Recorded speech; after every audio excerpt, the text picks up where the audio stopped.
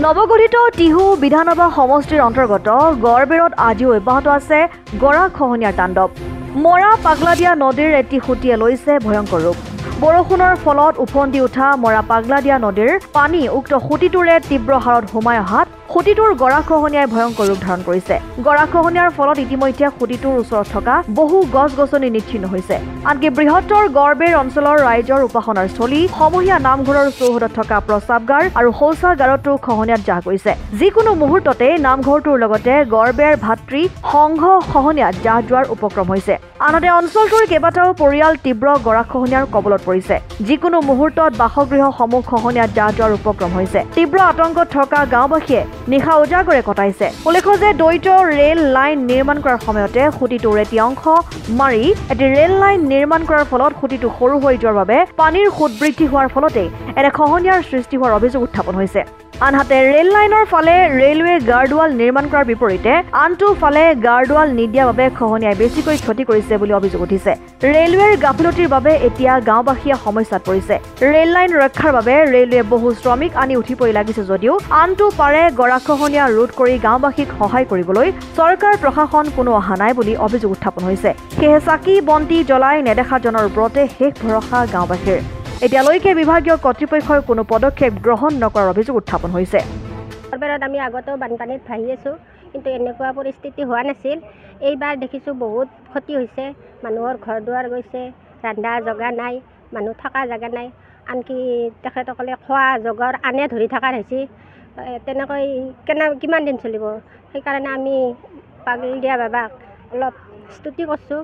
তাৰ কাৰণে আমি যেন ৰাইজৰ পৰাও আৰু চৰকাৰৰ পৰাও কিবা অলপ সহায় সাহাৰ্য পাওঁ, সেইখিনিয়ে আমাৰ কামনা।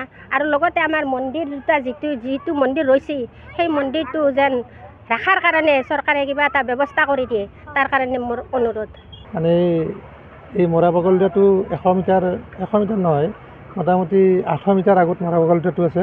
আৰু তাৰ মথাৰি নাছিল, কিন্তু এনে চলি আছিল আগতে। কিন্তু গোটেই পানীটো এই চাইডেদি আহে, মানে কি সম্পূৰ্ণ নতুন লেভেলত মানে কি খহি গৈছে।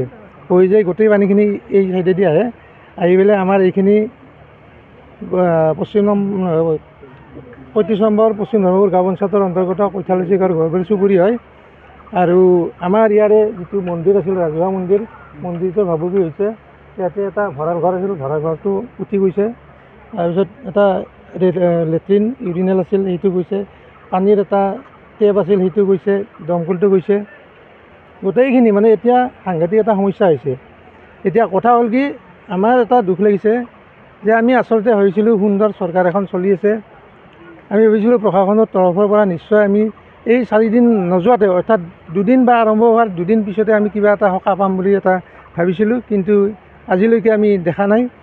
আমি আমাৰ স্থানীয় বিধায়ক, অসম চৰকাৰৰ গুৰুত্বপূৰ্ণ বিভাগৰ মন্ত্ৰী, তেখেতক আমি শলাগ লৈছোঁ। এই কাৰণত তেখেতে আমাৰ যিখিনি কাম কৰি দিছে আমি ধন্যবাদ জনাইছোঁ, কিন্তু এই 4 দিনত তেখেতে একো মানে খবৰ লোৱা নাই। হয়তো তেখেতে প্ৰশাসনক নিৰ্দেশ দিছে, প্ৰশাসনৰ মানুহখিনি আহি আছে, কিন্তু তেওঁলোকে আহিছে, চাইছে, এতিয়া কৰিব পৰা একো উপায় নাই, আমি পিছত চাই ল'ম।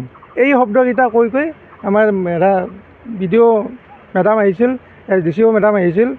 আহি পেলাই তেখেতৰ মানে কি ভাষ্য সেইটোৱে, কিন্তু ইয়াতে যি ইমাৰ্জেঞ্চি কিবা এটা কৰিব পাৰি, মানে তৎকালীনভাৱে কিবা কৰিব পাৰি, সেইখিনিত তেখেতসকলে মন কাণ দিয়া নাই। অসম আদিত্য, নলবাৰী।